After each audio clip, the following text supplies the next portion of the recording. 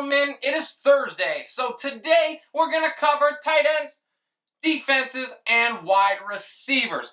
In this video, we're going to cover the top 15 tight ends, we're going to talk about a couple notable omissions, and then the top 12 defenses that should be started this week. We're going to make sure you guys are prepped and ready so you can dominate your matchups this weekend. If you have any questions about start sits, drop them down below. I would love to answer your questions. If you're new, or if you haven't done it yet, please like and subscribe. I greatly appreciate the support. It helps me out a ton, enables me to do what I love so I can keep bringing you the content that you love.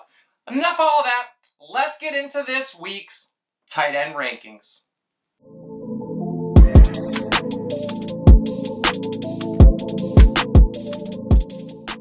As usual, number one on the list is Travis Kelce, going on the road this week against the Titans. Kelce's been on fire, finishing in the top 6 in 5 out of the last 6 weeks, although the Titans do present a little bit of a challenge for him as they allow just over 7 points a game to the position. I think that all that really means is that Kelce might actually have to try a little bit to produce this week. Move to Darren Waller at 2. He gets Philadelphia. Now, he's been good this year, no doubt, but he hasn't boomed since week 1 where he saw that massive 19 targets. I think this is the perfect matchup to get him back into it, and he is probably good for 100 and a score against the Eagles. It's been a rapid ascension for our third player, Mark Andrews. He gets the Bengals this week. The Ravens are in a battle to keep the top of the AFC North, and I think for that to happen, Andrews is going to have to be pretty heavily involved as he has been over the last couple. I expect a large workload for him, and he should be able to have plenty of opportunities to produce. You might not like the matchup, but you cannot bench a guy that has been as hot as he has over the last 4. Speaking of 4, we have Mike Gesicki here. He gets Atlanta, and he's been a bright spot for sure in a sputtering Miami offense. Atlanta's defense is certainly not going to be the one to slow him down. He has top 7 finishes in 3 out of the last 4 weeks, and this week he makes it 4 out of his last 5. The last player in our top 5 is Kyle Pitts, and he sees a Miami defense that allows 13 points a game to tight ends, which is just what he needs to continue his hot streak. Prior to his bye, he had the best game of the season, and I think this game here makes it 2 top 5 finishes for him. Our 6th ranked player finally got more involved in the offense. TJ Hockenson had 11 targets last week, and he looked pretty good with what he was able to do with them. They played the Rams this week, so we know that Detroit is going to be behind, probably big, and is going to have to air it out to be able to try to keep up. I expect a ton of volume for Hockenson, and we know when he gets it, he always produces. Outside of the whole COVID thing, the last couple weeks couldn't really gone any better for Dallas Goedert, who's here at 7. With Zach Ertz gone, there's really no more excuses left for him. He's going to have every opportunity to prove that he is an elite option at tight end, and he gets a bottom 6 tight end defense to do it this week against the Raiders. We move to number 8, and it's Noah Fant on the road against the Browns Thursday night. Now, Cleveland is a very tough matchup as they allow the 9th fewest points a game to the position, but Fant has been productive and consistent, and he just had a monster week where he had 97 yards on 9 catches with a score. You have to continue to roll him out. I think he's got a good chance at a decent game again. At 9, it is Ricky Seals-Jones. He gets Green Bay on the road. He has back-to-back games with solid production and at least one more week where Logan Thomas is going to be out with an injury. Green Bay is a solid matchup for him, and with most of the other options in the wide receiver room banged up in Washington, he's going to have plenty of opportunities. The last player in our top 10 is Tyler Higbee against the Lions. Now, the Lions are giving up just 7.5 points a game to tight ends over the last 2, which ranks 5th in the NFL, so the matchup isn't great. Higbee's averaged a respectable 4 targets a game, and we know there's going to be opportunity as the Rams pile it on against the Lions. At 11, it is Zach Ertz, and he finally was able to get out of Philadelphia after he'd been asking for it the whole offseason.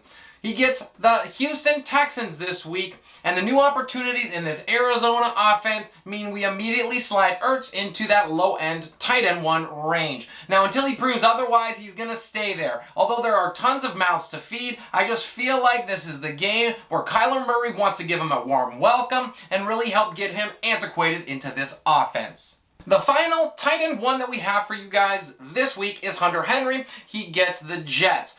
Henry's been on fire in the last 3. He's finished as a tight end 1 in all of them, and he's scored in all of them. Now, the Jets are a bottom 10 defense against tight ends, so he has an opportunity to make it 4 straight in both categories. Cole Kmet against Tampa is our next player, and he is here at 13. He gets a Tampa Bay defense that is bottom 10 in the league right now against the tight end position, and Chicago's offense showed like a little bit of life at least last week, so I think his chances are decent for him to produce. He has 9 targets and 71 yards in his last 2 games.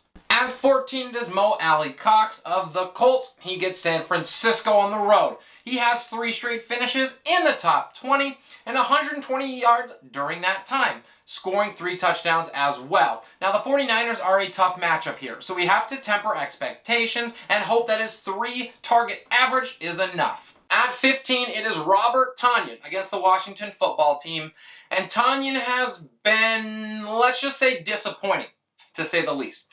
Eventually, he's going to see work.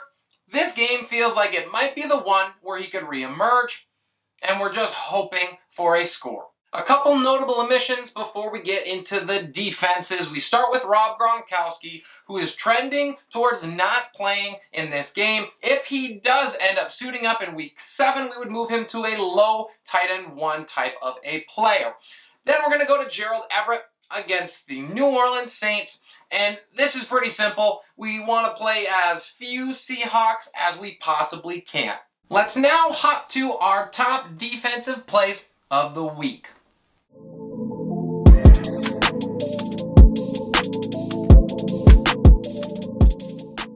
At number 1, we have the Arizona Cardinals, who have been on absolute fire, and they get the Houston Texans, who have not. Pray for Davis Mills. Arizona looks to continue on its dominant form. At 2, it is the Los Angeles Rams, and they get Detroit. Los Angeles absolutely dominated New York last week, and the Lions are going to be dessert this week. Rounding out the top 3, we have the New Orleans Saints defense against Seattle. New Orleans just matches up really well with what the Hawks want to try to do. Sorry, Geno Smith. At 4, it's the Patriots, and they're lucky enough to have the Jets this week. Zach Wilson has thrown 11 picks already. He probably has a couple more in him here.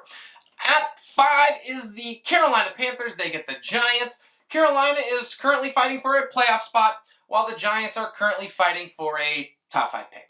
At 6, it's the Tampa Bay Bucks defense. They get the Bears. And while the Bucks are banged up all over the secondary and can't really stop it, that's okay, because the Bears can't throw.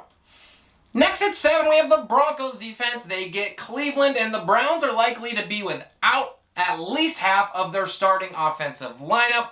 Possibly as many as 9 starters could be out in this game. That is really hard to overcome. Same game, other side of the field. The Browns defense is our 8th ranked team against those Broncos, and this is pretty simple. Teddy Bridgewater had 4 turnovers last game.